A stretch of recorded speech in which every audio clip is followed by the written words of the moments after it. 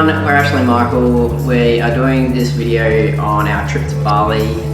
We thought we'd give a bit of a breakdown as to how much the accommodation and things like that cost. This video was actually requested because people want to know what we paid for our hotels, our flights, and all the little activities that we did. We were really lucky because we had some flight credits and we got some vouchers and things like that to book these. So what we'll do is we'll give you the actual price that they cost, not what we paid, and then we'll do a running total so that at the end you'll know exactly what our trip cost for us. Head to Bali! Yay! We booked our flights through Virgin from the 14th of August to 23rd of August. It cost us $1,500 for the both of us return. We had to fly from Sydney Airport to Melbourne and then from Melbourne to Denver. The reason we had to fly that particular route was because we had flight credits that were only eligible on that flight. Our review, I don't believe that I've flown with Virgin before, and so I was expecting it to be quite good. However, the first flight ended up being delayed and there was no food available. And then when we got on the second flight, again, we had a problem with food, but we didn't have time in the airport where we were connecting to actually get some food. So we didn't eat anything from the morning flight that we got on to the evening that we got to Bali. And when we were in Bali, it was too late for us to eat. So we basically lived off chips, crisps, chocolate, lollies, little cheesecakes, because we didn't have time to stop through the airport when we were changing at the terminals from domestic to international. So would I not fly with Virgin again? I probably would try them again because it is a thing, it happens. But the air hostesses told us multiple times on both planes and even on the return that the food issue has become, it's more often than not. So if you are going to fly with Virgin, we suggest eating before you go.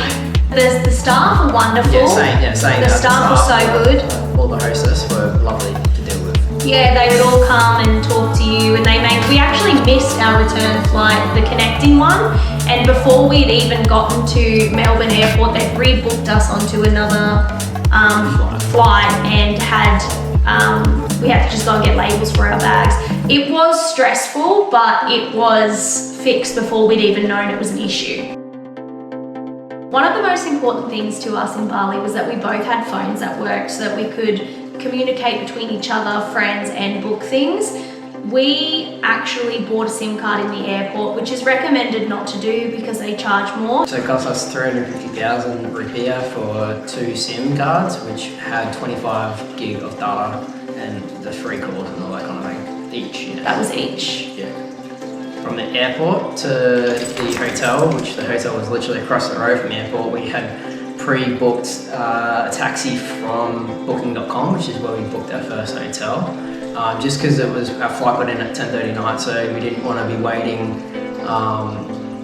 we didn't know how far it was exactly and we didn't know how to get there, so it was just easy to pre-book a taxi. I think that cost us about $12 Australian that we had to book, which when you look at it now is a little bit expensive, but it had that peace of mind that we got to our hotel when we didn't get to the room until probably nearly 12. As Michael was saying about paying for the taxi driver, it's actually the best thing that I think we could have done. We booked the one taxi driver, pre-booked through booking.com, and then we were able to use his contacts who led us to somebody else, who led us to somebody else, who led us to somebody else, and we never had to look for a cab driver. Everyone had a friend that could help us out. So even though we did pay more than we did for every other journey, it actually ended up being beneficial for us. And then the hotel we stayed at was Chillin Kuta Homestay, which is, like I said, literally across the road from the airport. Cost us 230,000 rupiah, which is $23, so not very cheap. So when we walked through the door, we got a shop where it was literally just a bed on the floor and a wet bathroom essentially. So had the essentials, had a shower, had a toilet and a bed. That's really all we were looking for. They provided us with water, they gave us towels, and the bed was all neatly made up, everything was clean. It was just not what we were expecting. Just a bit of a shock, but for $23 you honestly can't complain. Yeah. and it was just to get a quick sleep. We've only got 2 photos of this place, so that's it. As we mentioned before, the first taxi driver we booked through booking.com. We did ask him if he could drive us to the wharf that we needed to go to the next day, and he said that he only worked the night shift, he couldn't do night and morning, but he told us he had a friend and he sent us the friend's number through, and he also said that he would let us know once he had booked it, and he gave us a price then on the spot. We did also think it was a little bit expensive, but we knew that the drive was quite far. We were happy to pay it if it meant that we were going to make the ferry, because we'd already booked the ferry. So there were things that we were more lenient on, and paying to get to the wharf on time was one of the main things.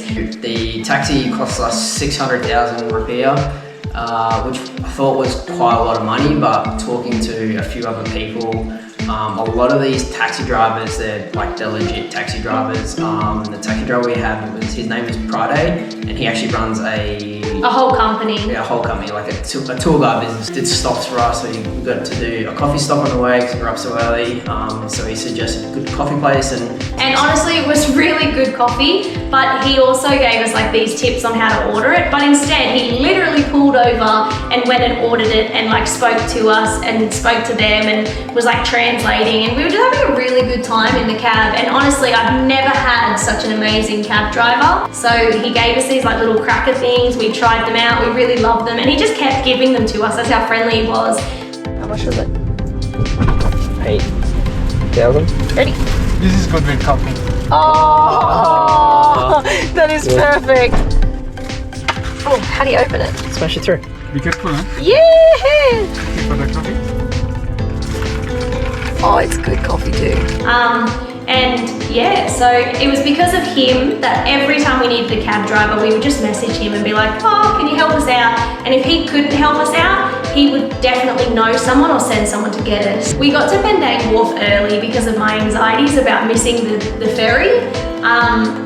The taxi driver did suggest a place for us to go to, but as we were walking around to kind of feel out where we wanted to eat, we saw a place that was cheap and had noodles, which my favourite food is noodles. So we were all for it, or I was all for it.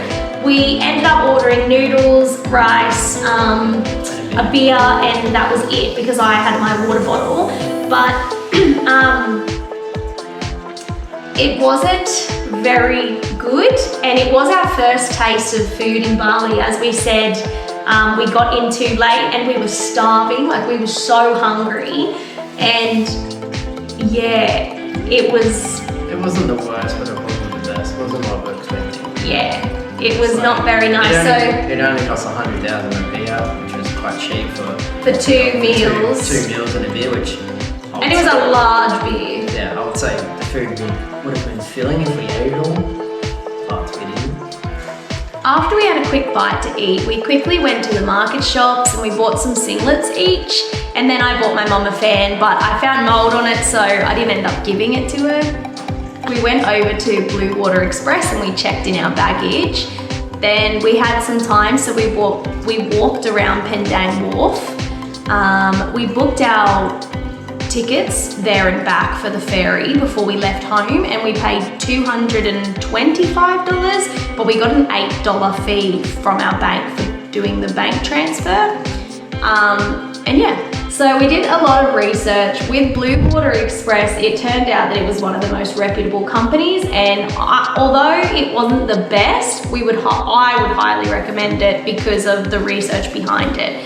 However, you get 2 options depending on the water and how rocky it is that day. So we were able to go up on the top of the boat on the way to the Gili Islands, but on the way back to Pendang, we were not able to go on top because the water was too rough. Do you want to say anything about the boat? Yes. So the boat companies that we went through is Blue Water Express, and they're referred to as fast boats and slow boats. So obviously we went on the fast boat. It only took us an hour and a half to get from Pendang Wharf to the Gili Islands. There are other companies that provide other transportation on the boat, but it takes up to 3 hours to get there from Pendang Wharf. There's also other options to go from other areas from Bali.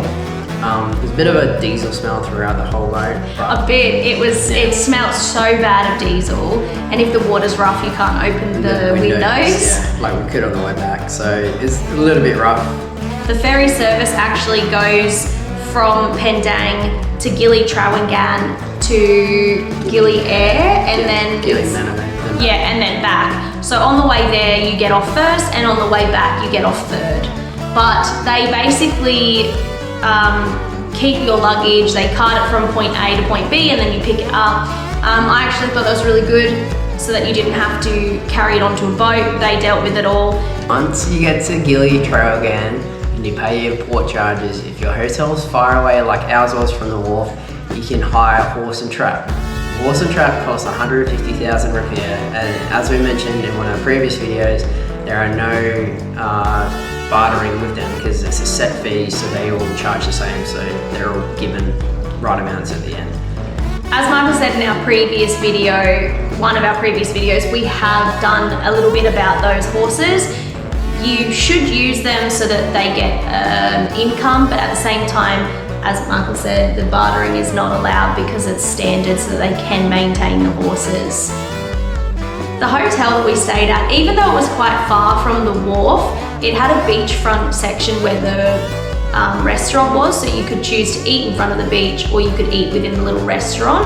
The hotel was amazing, and we do have some footage of the room itself, but we didn't really take pictures of like both pools and the play area, and it was really child friendly. It had safari like zoo animals all around in like big characters.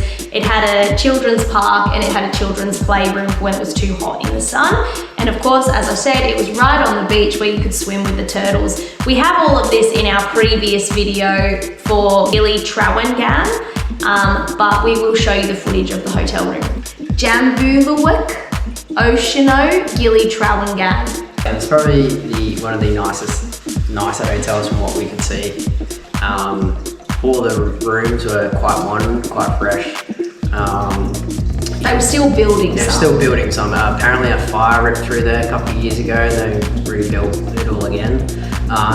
For both, so we paid together, us and the other couple that were travelling with us. So we paid for both the rooms, and it cost 7,100,000 for the 4 nights we stayed there for the 2 rooms.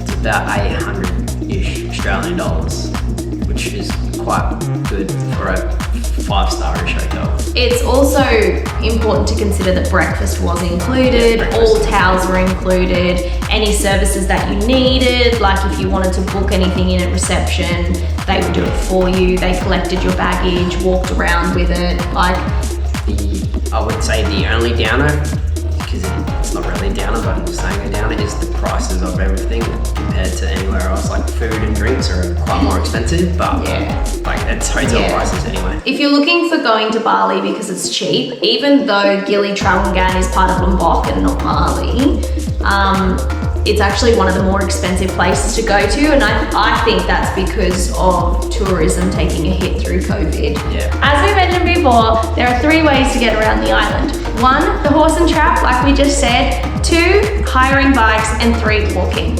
So we decided to hire bikes for 3 of the nights that we were there. It cost us 560,000 rupiah for the 4 bikes with a child seat on one of them. I really thought it was good having bikes. At first I was a bit nervous and afraid because there's some deep sand parts, and it was like nerve-wracking for me. I don't think Michael felt that way because he was whizzing around all of us.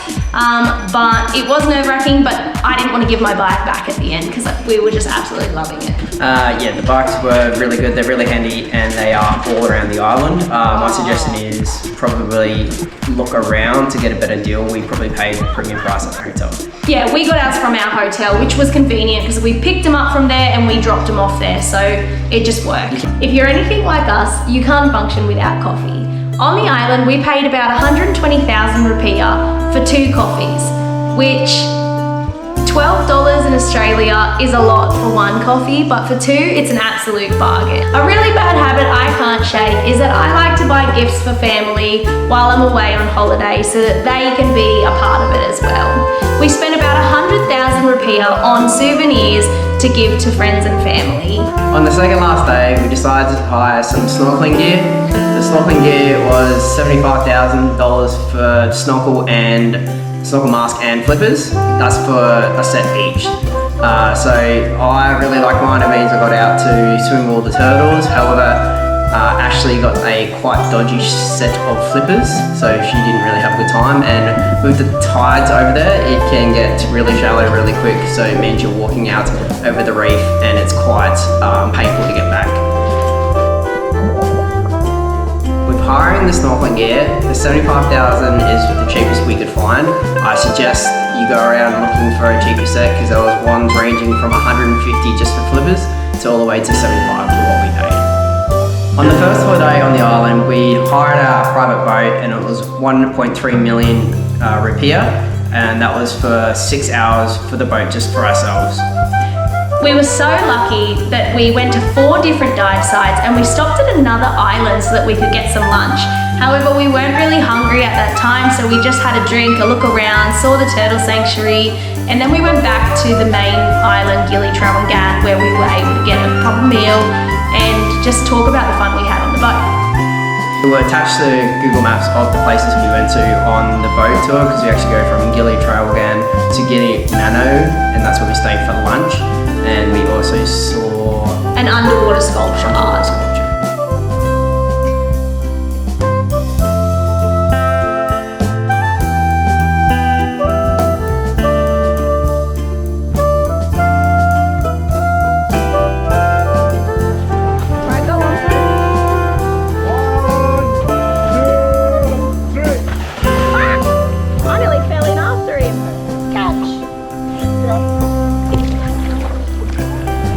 Ready, set, go.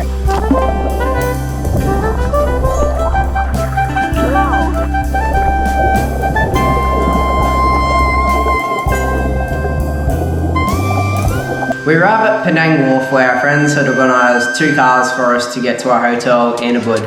The hotel we stayed at was Villa Cempaka. It cost around $7 million rupiah, sorry. I don't know the exact price because our friends paid for it as we paid for the last hotel. It was around about the same price so we paid for this hotel. The hotel package included breakfast and 4 nights. For breakfast, you were given a little sheet of paper and it had suggestions on it for what you'd like. You could have toast with eggs, you could have toast with spreads, you could have noodles, which is what I opted for, and you could also get like coffee, juice, fresh fruits. It was really good in theory, however, it was a bit odd for us. Unlike the one on Gili Island where it was an unlimited breakfast for whatever you wanted or felt like in the morning, you kind of had to preempt what you'd like to order from the day before. And if anyone knows me, I change my mind so frequently that I'd choose something for breakfast the next morning and then I was like, yeah, I don't want to eat that. So although it was a really good service, it didn't work for me and we ended up getting coffee and baked goods on the street at a different cafe every morning, which was fantastic. Hotel villas were absolutely huge. However, they had a little gap between the ceiling of the roof and the wall, which allowed you to hear everything that was going on outside, but it also made you feel like you had to be quiet inside so that other people couldn't hear you. There was one small standing pool where you could swim, which was really nice on hot days. But yeah, like it was a really well put together place for what we paid. Yes, it was great.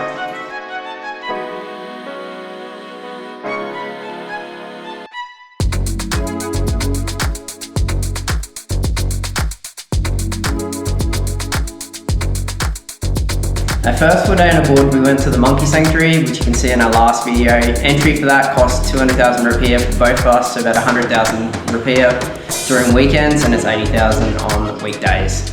Before we went into the monkey sanctuary, we went to a cafe across the road called Social Monkeys. The food was really good. It did take a little while for it to come out, but as we were sitting there eating, a monkey come out of the sanctuary, jumped on a table and stole someone's burger. And it was a little bit cruel, but we can kind of understand why they had to do it. But the ladies would have little like slingshots to try and get the monkeys away, which was really like upsetting that the monkeys had to go